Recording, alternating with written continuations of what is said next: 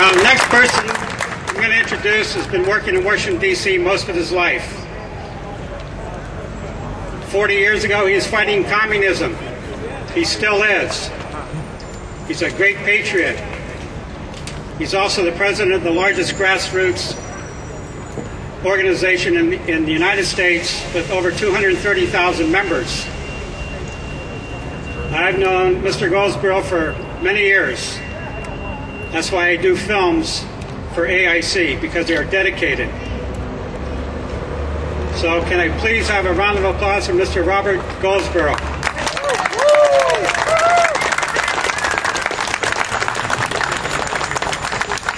Thank you, fellow Americans, and thank you, John Clark, for all the work that you've done on this, and thank all of you for coming out here on Labor Day weekend, because we have to stand for the laborers of America, those who are citizens.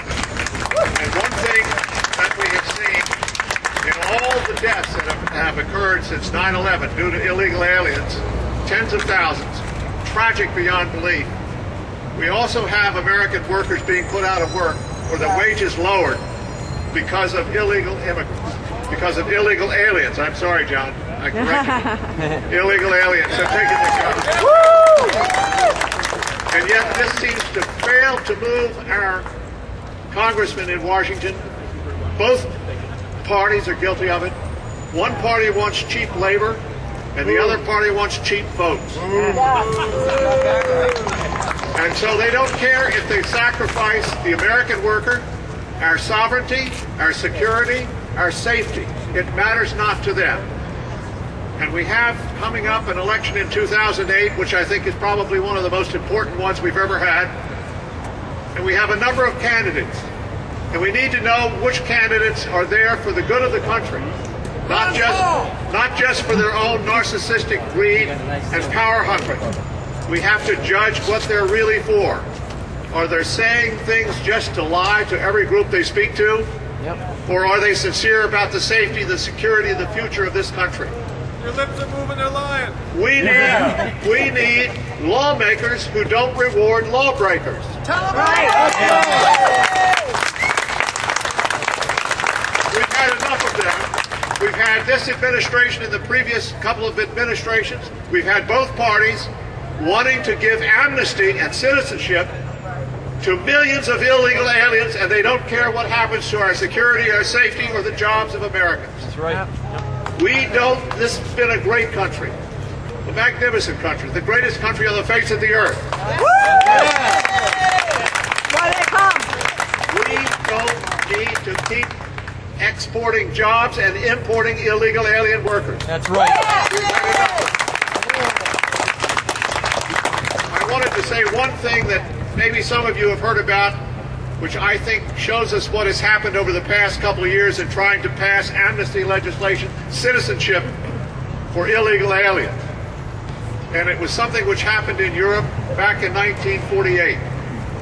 And it was called pressure from below, pressure from above.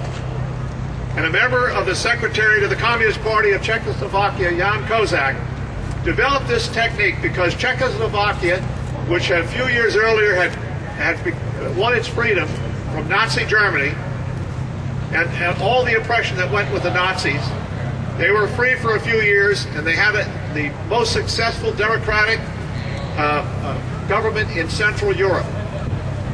Jan Kozak, member of the Central Committee of the Communist Party of Czechoslovakia, devised the technique of pressure from above and pressure from below, using the members of parliament who were communist, and then also using the masses to organize them to publicize, brainwash, mobilize, activate them.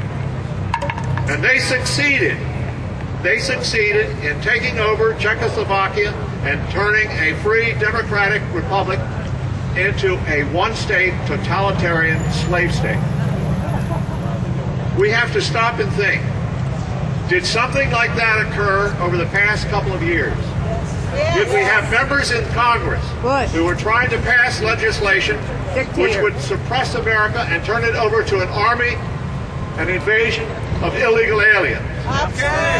Did we have the numbers of Hispanics and others who marched, millions and millions who marched in Los Angeles Phoenix, Chicago, Denver, elsewhere. Did this happen automatically? No. Did they come together spontaneously? No. It's planned. As Will Jasper explained last May in an article in the New American, the Marxists spent over 10 years organizing the Hispanics, the Latinos, the illegals, and who paid for most of them to come together? The Ford Foundation. We did too. One of the things that I think we have to do, besides keeping up the momentum of winning the fight, we won the fight in May and June, and we stopped it. But that was only a battle. That was not the war. The war continues. We already have part of that amnesty, immigration reform legislation, as a man in the White House calls it, rewarding illegal aliens. We already have part of that being introduced in the Senate called the DREAM Act. And it will allow illegal aliens who have gone to high school in the United States or served in the United States to get a free college education. And this is being introduced when the Senate reconvenes next week. So we won the battle in May and June because the people were alerted. We won't succumb to pressure from below and pressure from above. We have to keep fighting. And I would like to just share with you briefly a few comments that I learned in reading about George Washington. He sent a letter to Blunt, Washington in June 12th, 1776. I'd like to share with you what he said. Heaven knows how truly I love my country, and that I embarked in this arduous enterprise on the purest of motives. But we have overshot our mark. We have grasped at things beyond our reach. It is impossible we should succeed. And I cannot with truth say that I am sorry for it, because I am far from being sure that we deserve to succeed.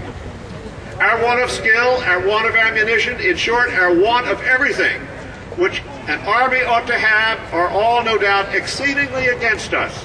But they are nothing to our want of virtue. There are not, listen to these lines, there are not 100 men in America that know our true situation.